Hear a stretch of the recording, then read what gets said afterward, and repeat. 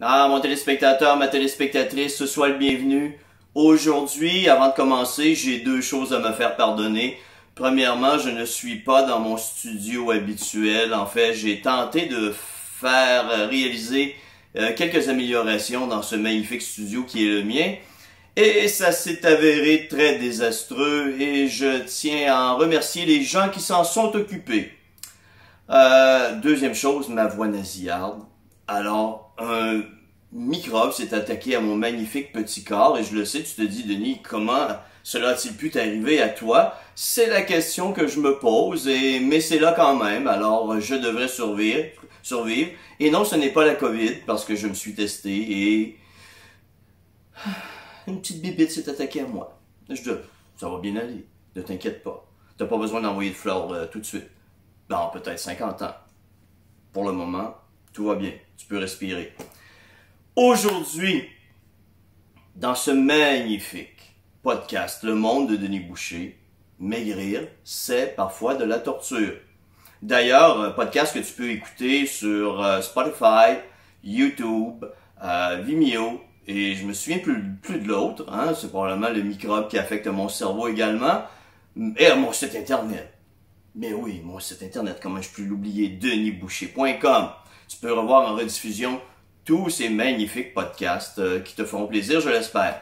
Donc, maigrir, c'est de la torture. C'est parfois de la torture. Pourquoi ce sujet? Si tu regardes autour de toi, les gens qui maigrissent, as-tu déjà vu ou observé quelqu'un qui avait du plaisir à maigrir? Ah oui, tu vas voir parfois les gens, « Oh, c'est fantastique, c'est merveilleux, c'est extraordinaire. J'ai perdu 2 kilos en 2 semaines. Je suis tellement fier de moi, c'est incroyable. » Mais en réalité, cette joie extrême cache en arrière-plan souvent ce désarroi qui est présent tout le temps, cette peur de ne pas y arriver, cette peur d'engraisser de nouveau, cette peur d'échouer.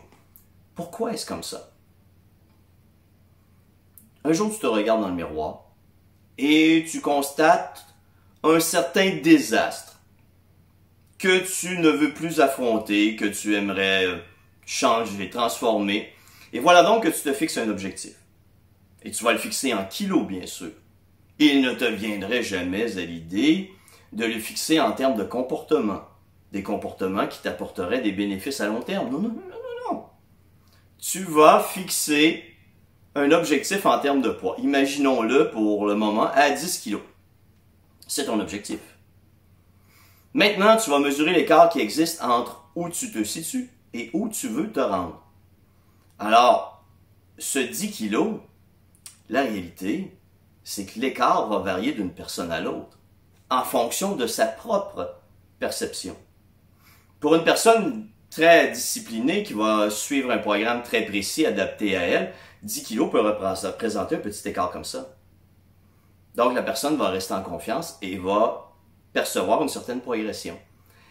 Mais si toi, tu perçois ça comme une montagne et que tu veux maigrir rapidement, le plus vite possible, dans l'espoir de revenir à tes bonnes vieilles habitudes de vie par la suite, que va-t-il se passer? Ton écart va être comme ça, de plus en plus grand. Donc c'est une perception. Et comme tu perçois cet écart de façon très étendue, un très grand écart entre où tu penses être et où tu veux te rendre, tout ça va devenir une obsession.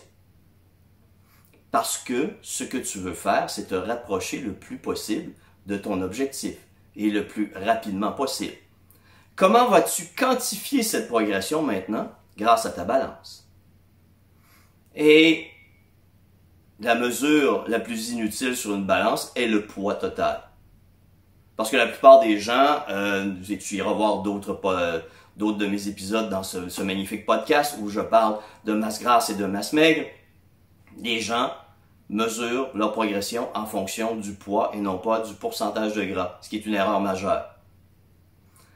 Et donc, tu t'es donné un objectif de perte de poids et malheureusement, tu t'es donné une vitesse à laquelle tu veux progresser.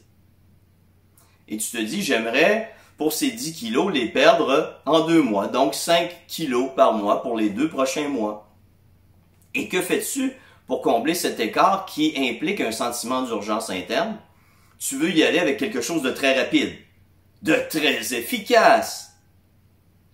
Tu te prives de nourriture, tu t'entraînes à l'extrême. Et au début, c'est extraordinaire, c'est fantastique.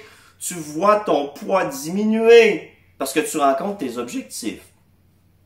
Tu passes le premier mois. Et là, le rythme de perte de poids ralentit. Même tu rencontres un plateau, tu reprends un peu de poids. Et là, que se passe-t-il dans ton cerveau? L'écart qui était là, tu as fait une certaine progression. Que se passe-t-il? La panique s'installe dans ton cerveau. Les scénarios catastrophes progressent, s'amplifient, s'intensifient. Et là, tes pensées deviennent 100% négatives, tes émotions totalement négatives également. Et là, comme tu ne constates que l'échec, alors que peut-être que réellement tu es en train de progresser. La progression réelle n'a pas d'importance. Ce qui a de l'importance, c'est la perception. Même si tu perds du poids et que tu progresses vers ton objectif, si tu as l'impression que tu t'éloignes de ton objectif, c'est l'impression, la perception qui va l'emporter. Et là, c'est fini pour toi. Tu entres dans la gestion de tes scénarios catastrophes, tu entres dans la gestion de tes émotions négatives, et tout devient extrêmement difficile. Et c'est impossible d'avoir du plaisir. Ça devient de la torture mentale. Parce que tu as mal planifié ton objectif, tu as mal planifié la mesure de ta progression, tu ne te fies pas sur les faits, tu te fies sur ta perception, tu investis tes énergies non pas dans les comportements productifs qui t'amènent à perdre du poids, mais dans la gestion de tes émotions négatives.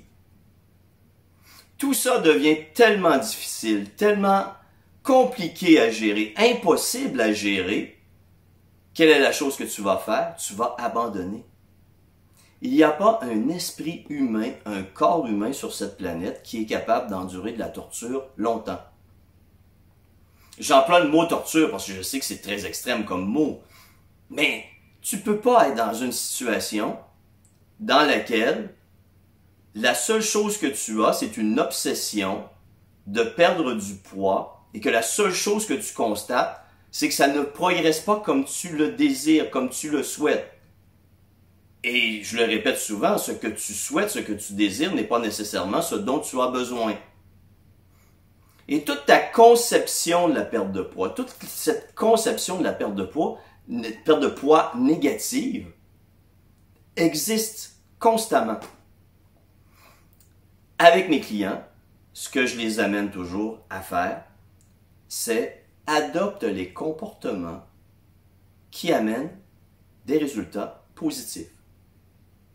Et ces résultats ne doivent pas être rapides, parce que plus tu les veux rapides, plus tu creuses cet écart entre où tu veux être et où tu penses être. Et plus cet écart se creuse, plus tu vas vivre des émotions négatives, tu vas entretenir des scénarios catastrophes et la perte de poids va devenir une obsession, quelque chose dont tu vas vouloir te débarrasser. Donc, c'est inévitable. Il va falloir que tu ne peux pas endurer ça. C'est impossible. La perte de poids, pour y arriver, il faut se sortir de cet élément de torture mentale que l'on s'impose. Il faut adopter une nouvelle vision, une nouvelle façon de penser la perte de poids. Et ça se fait en adoptant des buts réalistes, en adoptant des bonnes stratégies et en maintenant des comportements que je suis capable de maintenir à long terme. C'est de la base simple. Ce que je t'explique à l'heure actuelle s'applique dans tous les domaines de la vie. Le sport, les affaires, la vie personnelle. On veut tout très rapidement. Et comme on veut les choses très rapidement, dans l'espoir de revenir ensuite à nos vieilles habitudes de vie, avec la pensée magique que je ne reprendrai pas de poids, ça creuse constamment cet écart. Tu n'as jamais l'impression de progresser, donc tu ne peux pas être heureux ou heureuse dans de telles conditions quand tu entreprends un programme de perte de poids. Et je viens de te parler d'autres domaines. Regarde dans le domaine du sport. Combien vois-tu de gens qui sont obsédés par l'entraînement? Non pas parce que l'entraînement est bénéfique, simplement qu'ils se sont fixé un objectif et qu'ils se voient s'éloigner de cet objectif et ils tentent de compenser par de plus en plus d'entraînement, mais ça fonctionne jamais. Parce qu'il n'y a pas de stratégie à l'arrière de l'entraînement, derrière l'entraînement qu'ils pratiquent. Il n'y a pas de réflexion, il n'y a pas d'intelligence. Le but n'est que de combler une panique.